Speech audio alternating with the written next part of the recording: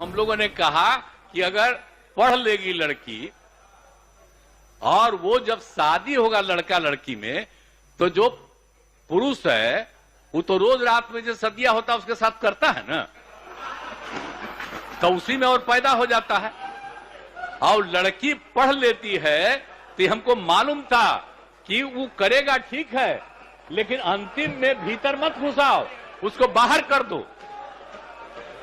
करता तो है, तो उसी में अब समझ लीजिए संख्या घट रही है।